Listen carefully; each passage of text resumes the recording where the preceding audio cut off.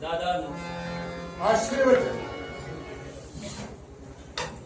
पंच पांडवातील तृतीय पांडव पार्थ आपल्या समोर उभा आहे. ओळखी झाली. माझी ओळखी आपल्याला असेल. नक्की. ओळखी करून देण्याची गरज नाही. उद्देश एकच, गुरुदक्षिणा गुरुला द्यावी आणि गुरुच्या ऋणातून उतराई व्हावं, हाच उद्देश. मग गुरुदक्षिणा गुरुला मिळवून देण्यासाठी द्रुपदावर आतापर्यंत कित्येक राजकुमारांनी तुमच्यापैकी आक्रमण केली. प्रत्येकाची जी स्थिती झाली ती जर तुमची होऊ नये असं जर तुम्हाला वाटत असेल तर मी आपल्याला कथित करू इच्छितोय. उद्देश तरी आपला बदला नपेक्षा तुमची काही ती पावलं उचला. इतरांची जी स्थिती झाली ती माझी सुद्धा होईल या भ्रमात आधी पहिल्यांदा तुम्ही राहू नका. दुसरी गोष्ट, उद्देश आमचा बदलणारा नव्हे, उद्देश आमचा ठाम आहे.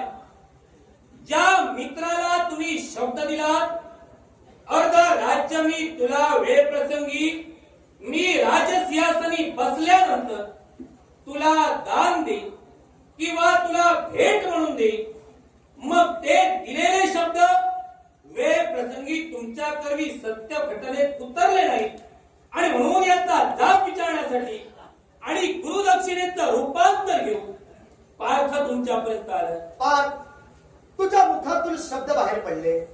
अर्ध राज्य दान म्हणून किंवा भेट म्हणून मी राजा झाल्यानंतर देईन. मुळात आधी माझ्या मुखातून निघणारे शब्द हे या क्षणी मी सांगणार तेच खरे ठरतील. कारण तुमच्या गुरुने तुम्हाला काय सांगितलं याबद्दल मी बोलू शकणार नाही.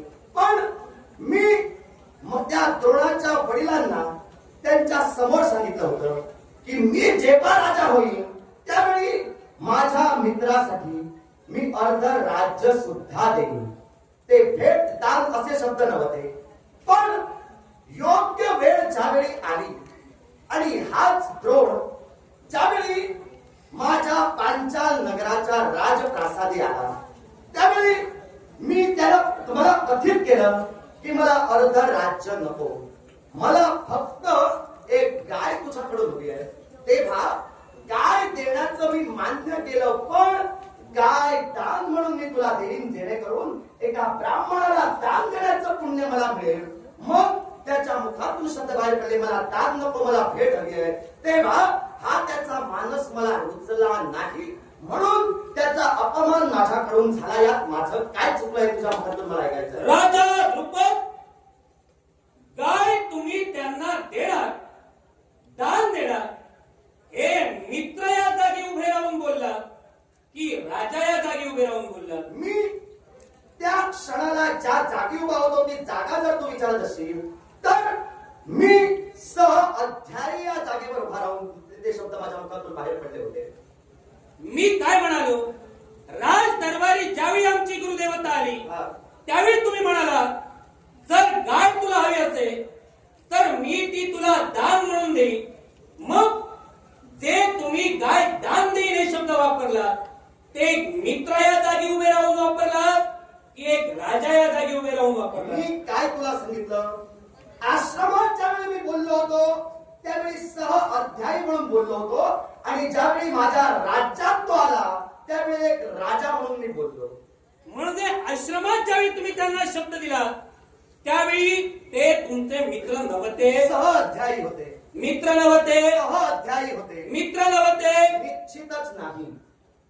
राजे द्रुपद, तुमच्या जीवनात गुरुआश्रमी घडलेला प्रसंग आणि या प्रसंगाची जाणीव आम्ही आपल्याला करून द्यावी, किंबहुना ती आमच्या गुरुजनांकडून आम्हाला कळलेली आहे. ज्यावेळी सारे शिष्यगण गंगा तीरी पाणी आणण्यासाठी जात होते त्यावेळी एका व्याघ्रानं काही शिष्यगणांवर झडप घातली आणि त्यांना वाचविण्यासाठी राजा द्रुपद तुम्ही पुढे सरसावला. पण तो व्याघ्र ज्यावेळी तुम्हाला आटपेना त्यावेळी आमची गुरुदेवता म्हणजे गुरु द्रोणाचार्य यांनी त्या व्याघ्राशी झुंज केली आणि त्या व्याघ्राला परतावून लावलं. हे ज्यावेळी तुमच्या गुरुदेवतेला कळलं त्यावेळी संपूर्ण आश्रमात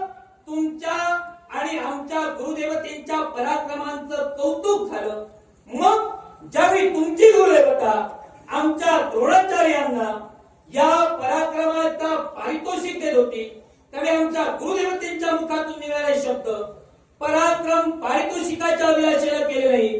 द्रुपद माझा मित्र आहे आणि या मित्राला वाचविण्यासाठी व्याघ्राशीच काळ वेळ प्रसंगी या विश्वातील काळाशी मी झुंज देईन. त्यावेळी गळा भेट झाली आणि पुढील सारे दिवस गळ्यात गळे घालून जे तुम्ही आश्रमात फिरलात ते मित्र नव्हे. हे तुझ्या मुखातून निघणारे शब्द, गुरुच्या मुखातून निघालेले शब्द आमच्या कानी पडले. आता तुझ्या मुखातून निघणारे शब्द. गुरुदेवतेनं हे प्रकरण तुला सांगितलं. व्याघ्राशी लढा दिला गेला आणि त्यावेळी माझा सह अध्यायी त्यावेळी एका मित्राने जी कृती करावी ती कृती करता झाला.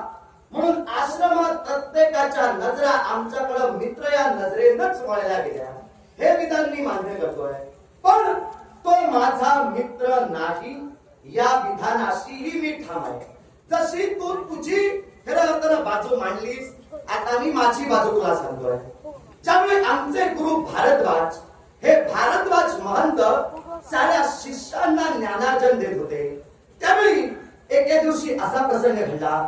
भारद्वाज ऋषींनी चक्रव्यूह कसं रचावं, चक्रव्यूहाचा भेद कसा करावा, चक्रव्यूहातून बाहेर कसं यावं या अध्यायाला सुरुवात केली होती. हे ज्ञान साऱ्या आपल्या शिष्यांना ते देत होते.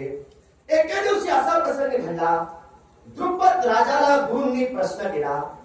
तेव्हा हा द्रुपद त्याच्या प्रश्नांची समर्पक उत्तरं देता झाला.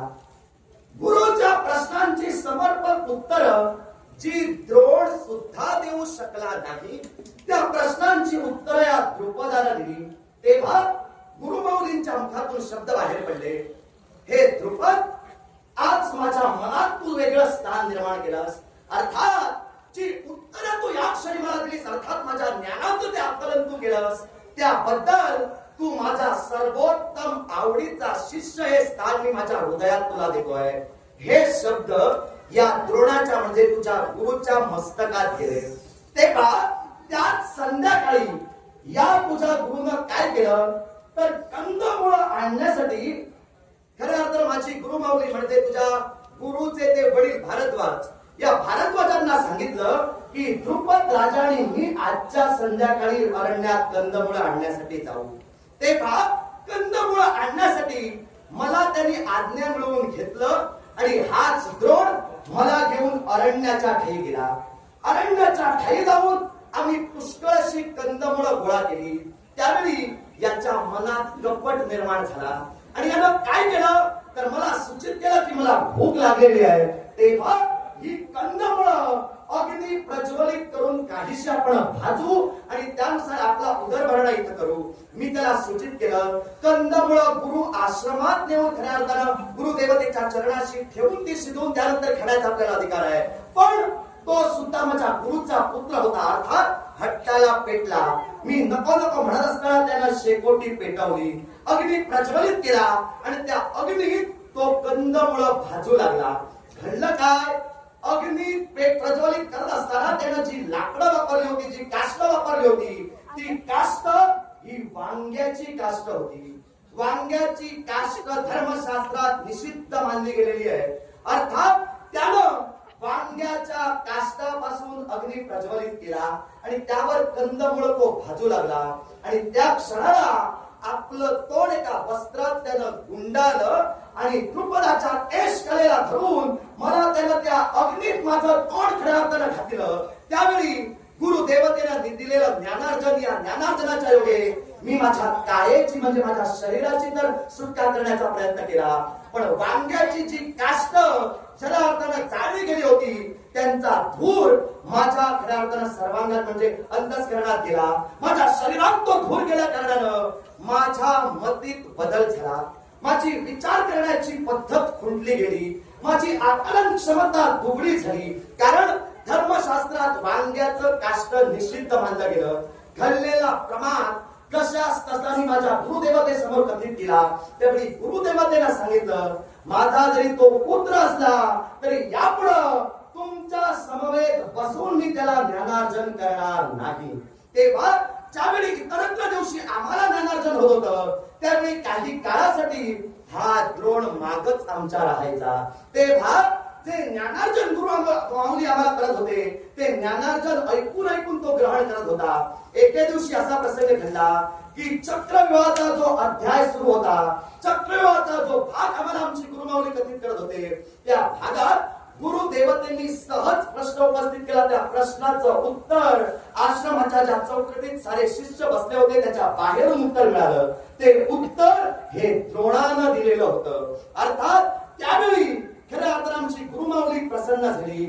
तुझ्या असणारी शिकण्याची ओढ आणि त्याच्यात असणारी शिकण्याची आत्मीयता ही त्यावेळी जाणली गेली आणि पुन्हा आमच्या अध्ययनासाठी त्याला घेतलं गेलं. जो अग्नीत माझं तोंड भाजण्यासाठी टाकतो, मित्रत्वाचे पास तो तिथंच संपवतो, म्हणून तो माझा मित्र नाही. मी स्पष्ट करून तुला सांगितलेलं. राजा द्रुपद प्रसंग छान उभा केला, पण जो प्रसंग तुम्ही आमच्या समोर सांगितला हा व्याघ्राच्या प्रसंगाच्या अगोदरचा आहे. राहता वेळी दुसरी गोष्ट म्हणे तुमच्या गुरुदेवतेनं आमच्या गुरुदेवतेला जर का केलेल्या कृत्याचं शासन दिलंय, मग या कृत्याचा सुडभाव आणि सुडावणी तुम्ही त्यांच्यावर घेतला नाही का? एक गोष्ट लक्षात ठेव. का ज्यावेळी सारे शिष्यगण गंगातीरी मातीच्या पात्रात पाणी आणण्यासाठी जात होते, त्यावेळी पहाटे उठू जे आमचे गुरु म्हणजे द्रोणाचार्य जे पात्र घेऊन पाणी आणण्यासाठी जात होते, या पात्राला एका दगडानं चीर मारण्याचं कर्तव्य तुमच्याकडे झालं आणि केलेल्या कृत्याचा प्रतिशोध तुम्ही घेतला. तेव्हा गुरु माझे एकटे दोषी नाही, ते जर दोषी तर तुम्ही सुद्धा तेवढे. म्हणजे ते दोषी आहे हे मान्य करतोय. तू सुद्धा दोषी आहे मान्य ते कर. दोषी आहे ते मान्य करतोय. तू दोषी आहेस ते मान्य मी कर. दोषी आहे जर तू म्हणत असशील, हा प्रसंग जर तू माझ्या समोर उपस्थित करत असशील, तर जशी क्रिया घडली तशी त्यावरची प्रतिक्रिया आहे. कारण माझं तोंड अग्नीत त्याला घालून खऱ्या हा वैरत्व भाव निर्माण केला नसता तर आमचं नातं सलोख्याच राहिलं असतं. तेव्हा तुझा गुरु जर दोषी आहे तसा तू दोषी आहे म्हणत असशील तर तू दोन्ही बाजूला आता खऱ्या अर्थानं व्यवस्थित राजे क्रिया तशी प्रतिक्रिया घडायला हवी. गुरुंकडनी क्रिया घडली, त्यांनी तुम्हाला वांग्याच्या काष्टाचा धूर दिला. आता यावर प्रतिक्रिया त्यांच्या गुरुला घडविली आणि शासन दिलं, म्हणजे क्रियाला प्रतिक्रिया तेव्हाच म्हटली. तुम्ही दुसरी प्रतिक्रिया का उमटवला? मग जसा आता तुझ्या गुरुच्या मनात सूडभाव आहे, ज्याप्रमाणे माझ्या राज्यात त्याचा जो अपमान झाला म्हणून तुम्हा शिष्यांना गोळा करून माझ्यावर तो खऱ्या पाठवतोय, अर्थात त्याच्या अंतस्करणात जो सूडभाव सतेज आहे तसाच माझ्या अंतस्करणात आहे. मग तू आपला सूडभाव सतेज करण्यासाठी जर वाटेल ते करू शकतो, मी का करू नये? दिलेले शब्द जर का एक राजकर्ता पूर्ण करू शकत नाही तर तो राजकर्ता म्हणण्याच्या योग्यतेचा आहे का? दिलेले शब्द राजकर्ता पूर्ण करू शकत नाही असं म्हणू नकोस. मी माझे शब्द पूर्ण करण्यासाठी झटत होतो, त्याला जर त्याची इच्छा पूर्ण जर करून घ्यायची नव्हती तर हा त्याचा दोष आहे. राजे तुम्ही आमच्या गुरुदेवतेला पर्याय दिला की दान म्हणून माग तर मी तुला गाय देईन. काय हो, आमची गुरुदेवता तुमच्या जवळ आली त्यावेळी त्यांच्या जवळ 18 विश्व दारिद्र्य होतं. 2 वेळचे जेवणाचे सुद्धा त्यांचे हाल होत होते. अशा परिस्थितीत आमची गुरुदेवता तुमच्याकडे आली. तुम्ही म्हणाला की मी तुला गायी दान म्हणून देईन. दान केव्हा सफल होतं? दक्षिणा दिल्यानंतर. मग जर का तुम्ही गाय माझ्या गुरुदेवतेंना दान दिलं असाल आणि आमच्या गुरुदेवतेंकडे 18 विश्व दारिद्र्य आहे, त्यांना तुम्हाला दानाला दक्षिणा देण्यासाठीच काही नाही तर ते दान स्वीकारून अर्धवट दानाचं पुण्य तुम्हाला मिळणार असतं का? एका ब्राह्मणाचा धर्म बोलतोय.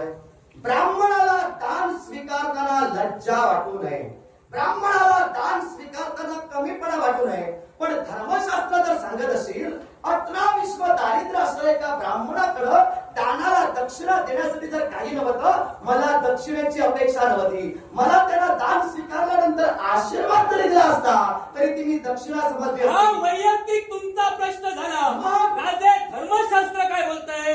दानाला दक्षिणा देणं अनिवार्य आहे. मग तुम्ही दिलेलं दान याला जर का आमची गुरुदेवता दक्षिणा देऊ शकली नाही तर ते दान सफल कसं होईल? मी एकच गोष्ट तुला सांगतोय, दानाला दक्षिणा देणं हा शास्त्र धर्म मला सुद्धा कळतोय, पण त्याबरोबर मला हे गावात 18-20 दारिद्र्य आहे. 18-20 दारिद्र्य असल्या कारणाला दानाला समतुल्य अशी दक्षिणा तो देऊ शकला नाही. एका ब्राह्मणाचा आशीर्वाद माझ्यासाठी दक्षिणा म्हणून पुढे होता. का दान स्वीकारलं नाही? भेट म्हणून तुमच्या जवळ गाय मागत होते, मग दानाचा पर्याय कुणी सुचविला? माझा पर्याय होता. मला भेट म्हणून त्याला द्यायची नव्हती का? मग जर का दानाचा पर्याय तुम्ही होता, नंदीला शाप दिला, विश्वाच्या ठिकाणी सारे ब्राह्मण भिक्षुकी करतील, मग या धर्मशास्त्राप्रमाणे भिक्षा म्हणून का नाही मागायला सांगितलं?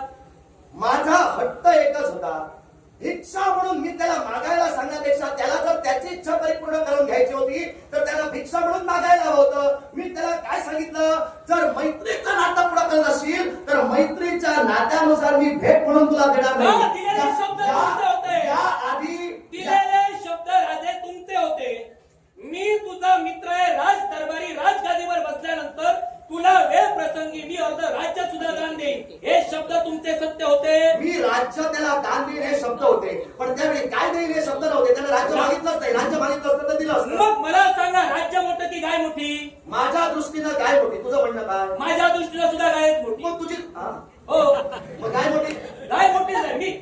मी तुमच्या उत्तरावर प्रश्नचिन्ह उभंच करत नाही, गायच मोठी आहे. काय बोलतोय तुला कळतं? हो, राज्य मोठं की काय मोठी? बरोबर. माझ्या दृष्टीनं काय मोठी? बरोबर आहे. त्यानं जर राज्य मागितलं असतं मी त्याला दिलं असतं. मग जर राज्य मागितलं असतं तर मी दिलं असतं. मग राज्य त्यानं मागितलं नाही, काय मागितली? पण काय दान म्हणून मी देणारच असतो. मी त्याला भेट म्हणून देऊ इच्छित नसतो. मग त्याला काय जर हवी होती तर त्यानं न्यायला हवी होती, न पेक्षा राज्य मागायला होतं. राज्य मागायला नाही, तुझा तू मागायला चुकला. विचारून नाही काय होतं राजे, मी बोलताना विचार करूनच बोलतो.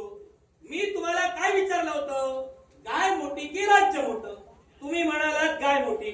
मी ते मान्यच केलं, कारण गायच मोठी आहे. मग मी कुठं सांगतोय मी गाय मोठी नाही? मी काय मग मी काय म्हणालो? देण्याचा होता. प्रश्न देण्याचा जसा होता तसा प्रश्न घेण्याचा सुद्धा होता. तुम्ही जर का दिला असता त्यांनी घेतली असती. तुम्ही दिला नाही म्हणून घेतली नाही ना. मी देत होतो ते त्याला घ्यायचं नव्हतं. मग त्याच्या इच्छेनुसार मी चालणार नाही. मला सुद्धा माझं वैयक्तिक मत आहे, त्या मतानुसार मी चालणार. त्याला काय हवी होती मी गाय देण्यासाठी त्याला नकार दर्शविला नाही. दान म्हणून हवी होती तर त्याला घ्यायला हवी होती, आणि जर नको तर त्याला ती ठेवून गेला. यात माझा दोष नाही. दारी आलेला याचक तो मागेल ते तुम्ही द्याल की तुम्ही घ्याल ते त्याने घ्यावं? त्याला जे इच्छित आहे ते मी त्याला देत होतो. मग त्याला जे इच्छित होतं तेच ते मागत होते, पण तुम्ही तुमच्या नियम आणि अटीनुसार त्यांना ते मागायला मग सांगत जर होता. याचक म्हणून तो आला होता तर त्या याचकाला दान स्वीकारायला काय अडचण होती? कारण त्याच्याजवळ दक्षिणा नव्हती. दक्षिणाचा नव्हती तर दक्षिणेचा त्याच्याजवळ दक्षिणा नव्हती, मान्य करतोय.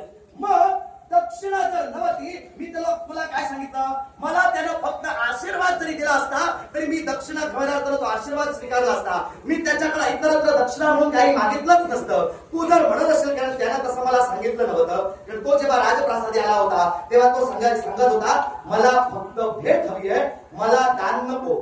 दान नको का तर माझ्याकडे दक्षिणा नाही असं त्यानं त्यावेळी सांगितलं नाही. जर सांगितलं असतं तर मी त्याला सांगितलं असतं, आपल्या पुत्र अश्वत्थामाला म्हणे तो पिठातून दूध देत होता, तेवढं जरी मला दिलं असतं तरी दक्षिणा झाली असती. तेव्हा मी दक्षिणेचा प्रश्न उद्भव करत नाही, कारण मी राजा आहे, माझ्याकडे काही कमी नाही. तो जर आपला स्वाभिमान गरिबीत सुद्धा सदैव ठेवतो, मी का पाहिजे करू? तुम्ही राजा, तुमच्याकडे काय कमी नाही. एक गाय द्यायला काय झालं होतं? मी कुठं म्हणतोय एक गाय कशाला, 100 घेऊन जाऊ दे त्याला, पण दान म्हणून घेऊन जाऊ दे. का दान म्हणून घेऊन जाते? अजूनही काय ते? संधी देतोय.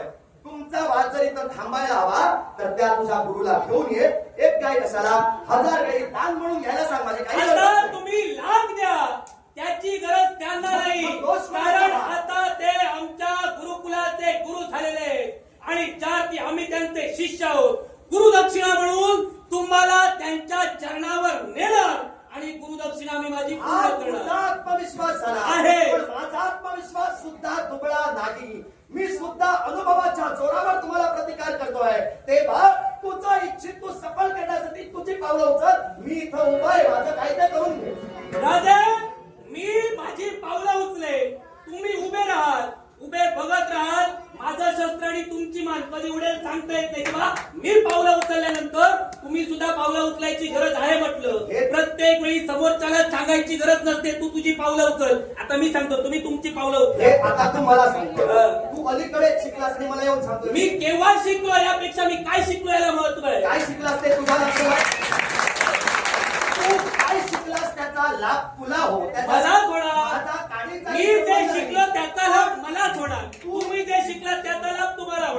मला जे काही सांगतोयस त्यानुसार माझा अनुभव कधीचा आणि तुझा अनुभव कधीचा त्यानुसार विचार कर. तू काय सांगितलंस? मी पावलं उचलल्यानंतर तुम्ही सुद्धा पावलं उचला, म्हणजे तू पावलं उचलून मला मारण्यासाठी येईपर्यंत मी काय इथंच उभा राहील असं तुला वाटतोय? कारण तुम्ही तुमची भूमिका तशीच बजावला. मी माझ्या मतावर इथं उभा ठाम आहे, तू तुझी पावलं उचल. तुम्ही तुमची पावलं उचला, मी माझ्या मतावर ठाम आहे. मग तुझी पावलं तू ज्या पद्धतीने उचलशील त्या पद्धतीने माझा प्रत्युत्तर तुला देईन मी माझी पावलं उचललेली आहेत. मला तुम्हाला इथून घेऊन जायचंय, तुमचं काय म्हणणं आहे? मला यायचं नाही. मग यायचं असेल बांधून घेऊन जाईल. घेऊन जा कसं ते. चला. आता कसं जायचं? हा हा हा तो सत्याविने शब्द ना बोले तो सत्याविने शब्द ना बोले कहा नहीं कोरासी कहा नहीं कोरासी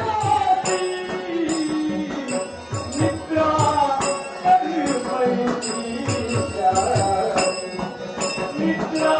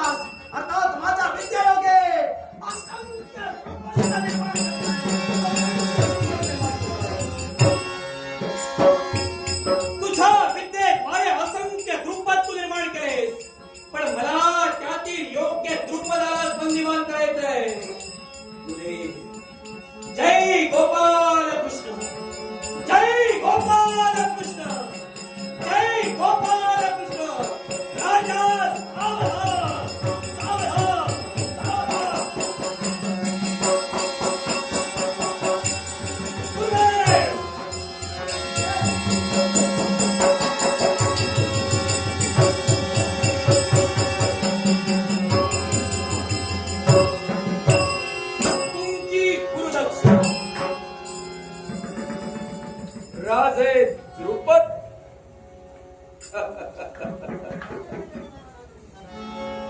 पराक्रमाच्या वल्गना केलात आणि ज्यावेळी एका ब्राह्मणाचा धडधडीत अपमान तुम्ही केलात, अर्थात जाणीव आहे का त्या शब्दांची? मग आता या क्षणाला आपल्या मनाच्या ठिकाणी कोणता भाव निर्माण झालाय स्पष्ट? मित्रा मला क्षमा. काय म्हणालास? मी ऐकलं नाही. मित्रा मला क्षमा. मित्र? कोण कुणाचा मित्र? अरे मैत्री कुणाशी केली जाते? जो आपल्या तोलामोलाचा असेल, आपल्या बरोबरीचा असेल, आपल्या अस्तित्वाला साजेसा असेल, त्याच्याशी मैत्री केली जाते. मग तू तर पराजित राजकर्ता आहेस. अर्थात ज्याने तुझ्यावर विजय मिळविला, ही सारी संपत्ती, हे राज्य कुणाचं झालं? निश्चितच. ज्यानं तुझ्यावर विजय मिळविला, हे राज्य माझं नाही. मी हस्तिनापूरचा दास आहे. हस्तिनापूरचं मीठ मी खाल्लंय आणि खाल्ल्या मिठाला जागणारा द्रोण आहे. बोलल्या शब्दाला सत्यता देणारा हा आचार्य द्रोण आहे. अर्थात तू तुझे शब्द विसरलास, पण ज्यावेळी भरलेल्या दरबारात धडधडीत अपमान या द्रोणाचा तू केलास, आणि आम्ही तुझ्याजवळ मागितलं ते गाय, फक्त एक गाय, आणि ती सुद्धा भेट म्हणून. पण ती तू देऊ शकला नाहीस आणि माझा अपमान केलास आणि तुझ्या मुखातून शब्द बाहेर पडले. माघारी फिरून गेला नसशील तर माझ्या सैनिकांना सांगून मी तुला दरबारातून बाहेर खेचेन. हे तुझेच शब्द होते ना.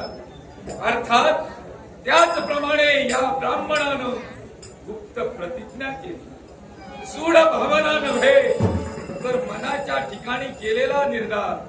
जशा प्रकारे एका राजानं वागावं तसा तू वागला नाही. तुझ्या मनात सूड भावना, अहंकार निर्माण झाला. दिलेला शब्द तू मान्य केला नाहीस. माझ्या पिताजींना तू शब्द दिला होतास की नाही? दिला होतास ना. तो तू शब्द मान्य केला नाहीस. वेगळ्या दिशेनं जाण्यासाठी तत्पर ठरला. आता तीच सत्यता पटविण्यासाठी मी माझे शिष्य निर्माण केले. माझ्या बुद्धी चातुर्याच्या योगे करून, माझ्या जवळ असणाऱ्या ज्ञानाच्या योगे करून मी सर्व विद्येत त्यांना पारंगत केलं. तुला त्यांनी चेरी सांगितलं. अर्थात हे तुझं राज्य हे आमचं झालेलं आहे, माझं झालेलं असं मी म्हणत नाही. आमचं म्हणजे हस्तिनापुराचं. तुझ्या मुखातून शब्द बाहेर पडले. उठ, करायला मुक्त. तुझ्या मुखातून शब्द बाहेर पडले. मित्र हे शब्द. मित्रा मला क्षमा कर. जातिवंत ब्राह्मण कधी सूड भावनेनं स्वतःच जीवन जगत नाही. पण जर का या विश्वात कुणी चुकत असेल तर त्याला सन्मार्गावर आणण्यासाठी तो ब्राह्मण कार्यरत असतो. मनाच्या ठिकाणी सूड भावना ठेवत नाही, पण विचाराची तीक्ष्णता ठेवून त्याला मर्यादेत आणण्यासाठी प्रयत्नशील राहतो. अर्थात हा तुझा पांचाल देश. या पांचाल देशाचे दोन भाग केले जाते. एक उत्तर पांचाल आणि दुसरा दक्षिण पांचाल. उत्तर पांचाल हा हस्तिनापुराला जोडला जाईल. कारण जिंकलेली संपत्ती ही राजाची असते आणि राजकर्ते हस्तिनापुराच्या ठिकाणी आहे. अर्थात कुरुवंशाची ही संपत्ती आहे. अर्थात ती संपत्ती मी कुरुवंशाला देणार. राहिला भाग दक्षिण पांचाल. फक्त मित्रा मला क्षमा कर हे शब्द तुझ्या मुखातून बाहेर पडले. म्हणूनच दक्षिण पांचाल मी तुला बहाल करतोय. तुझी सत्ता निर्माण कर. तिथं तुझं अस्तित्व निर्माण कर. तिथं तुझी नवीन राजधानी निर्माण कर आणि तुझ्या कार्याला सुरुवात कर. फक्त निस्वार्थपणे, दान नव्हे, ही मैत्रीची भेट आहे. हे एक ब्राह्मणच करू शकतो एवढं लक्षात ठेव. ब्राह्मणाला कधी हिणू नकोस. तो रुचला तर सोबत जाणार आणि पोचला तर तिथंच संपवणार.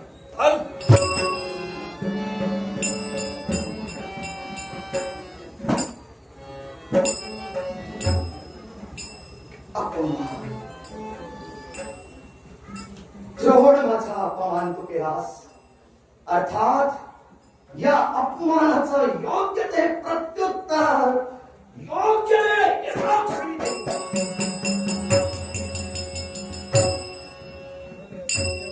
पार्थ आपल्या गुरुदक्षिणेत हा पार्थ उत्तराई ठरला. पार्थ, अरे ज्याच्याकडे आशाभूत नजरेनं पाहावं असा वीर योद्धा तू आहेस. माझा लाडका शिष्य तू का याच्या मुळाशी कारण आहे. दिलेली प्रत्येक विद्या ज्यानं आत्मसात केली, ज्यानं ग्रहण केली, ज्यानं स्वतःच्या अंतर्यामी ती स्थित केली आणि पूर्णत्वास गेला तो पार्थ. अर्थात आशीर्वचन आहे. चला.